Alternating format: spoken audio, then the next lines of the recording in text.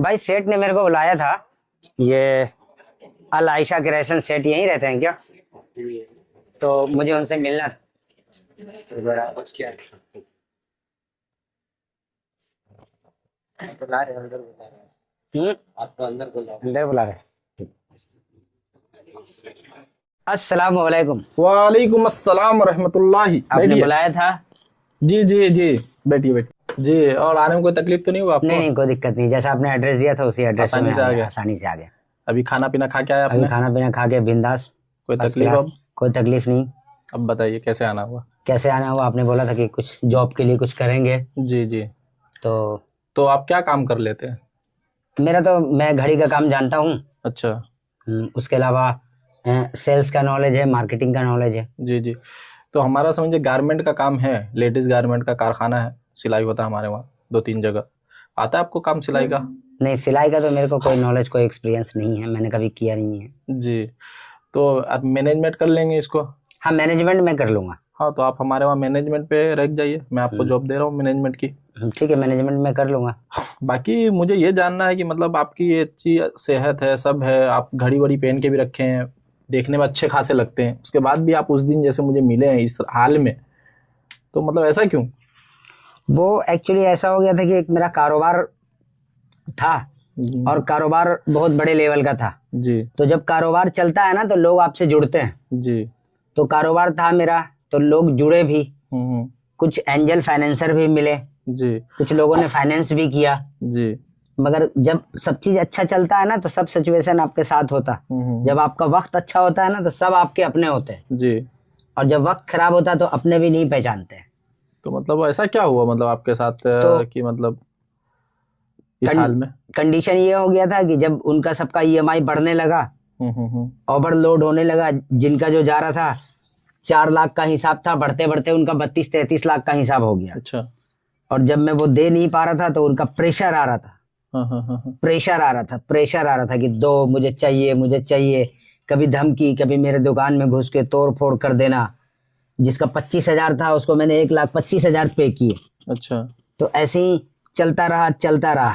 मेरा दिमाग एकदम डेमोलाइज हो गया था कि मैं क्या करूं नहीं करूं।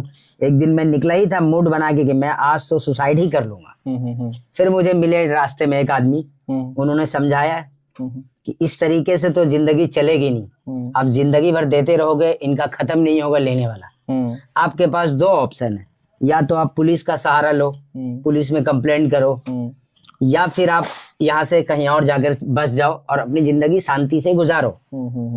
तो मैंने सोचा कि पुलिस के पास जाना ये बेहतर नहीं होगा, क्योंकि जो मुझे दबा रहे हैं वो और भी दबा सकते हैं। तो इस वजह से मैंने शहर बदलना ही मुनासिब समझा और ट्रेन पे अपने आप को झोंक दिया और ट्रेन मुझे इस हालात में यहाँ ले आई।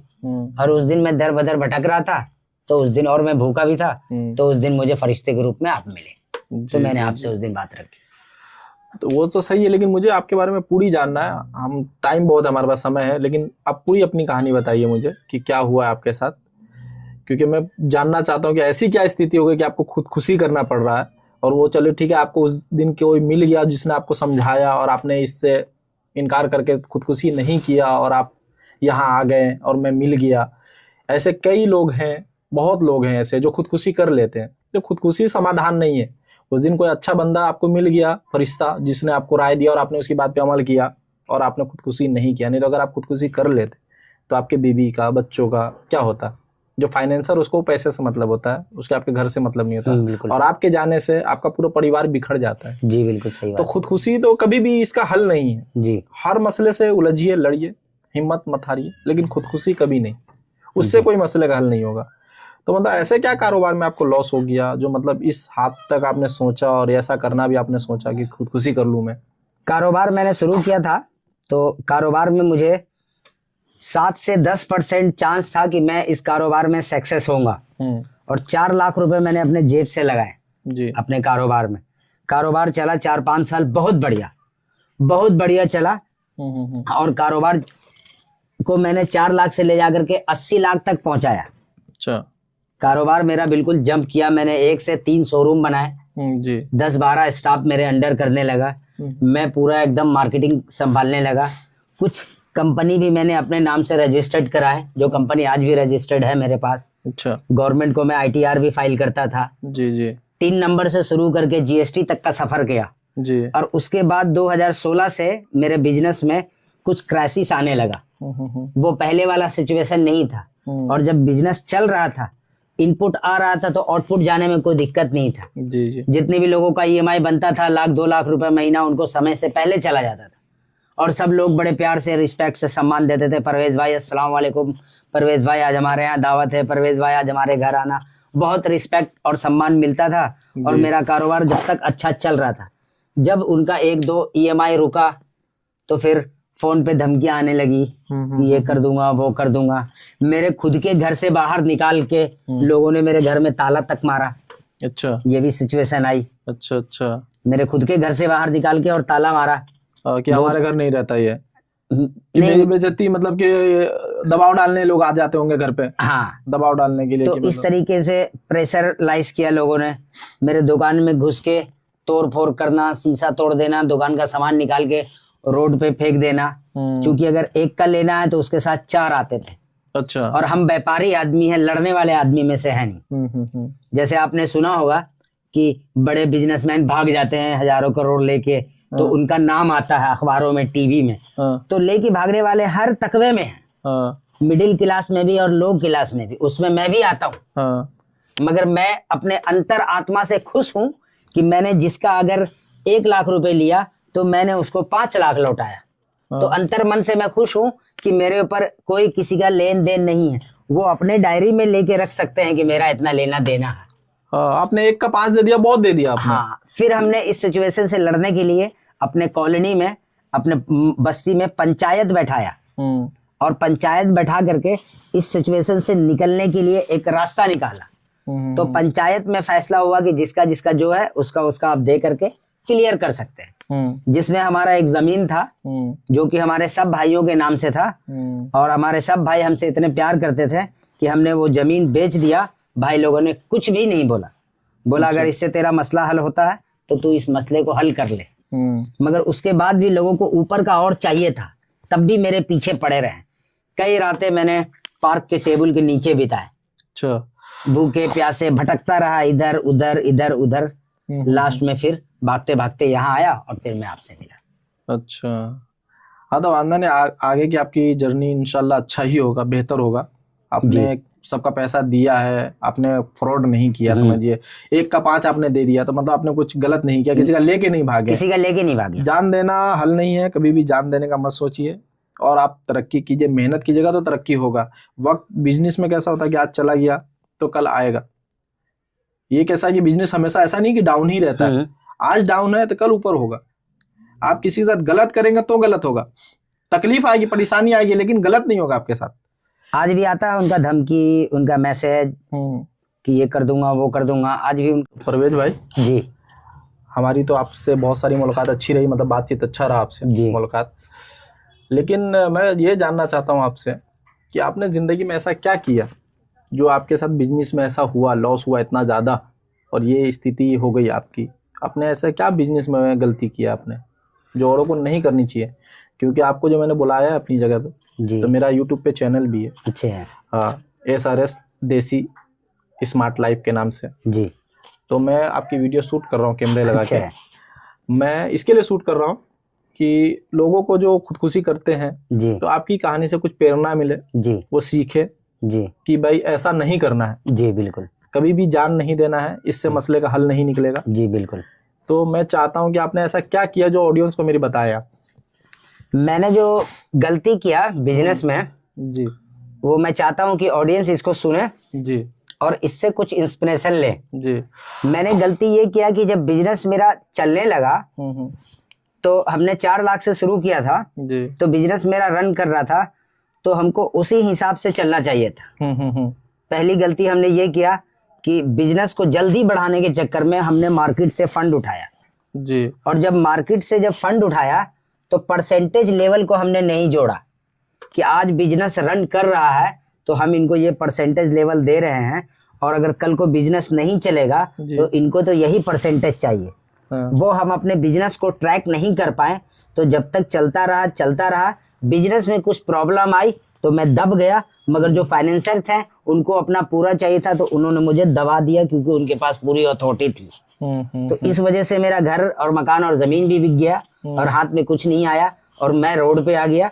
तो मैं चाहता हूँ ऑडियंस से कि जो भी लोग अभी स्टार्टर है, कोई भी स्टार्टअप डाल रहे हैं या कोई भी किसी चीज को स्टार्ट कर रहे हैं, तो वो अपना पहला एक गोल बनाए और अपने गोल को एक एक चीज बारीकी में लिख लें और उस स्टेप बाय स्टेप करें। अगर आप मार्केट से फंड ले रहे हैं तो आप हर महीने में अपने बिजनेस को एनालाइज करें कि हमारा ग्रोथ क्या है और हमारा लॉस क्या है।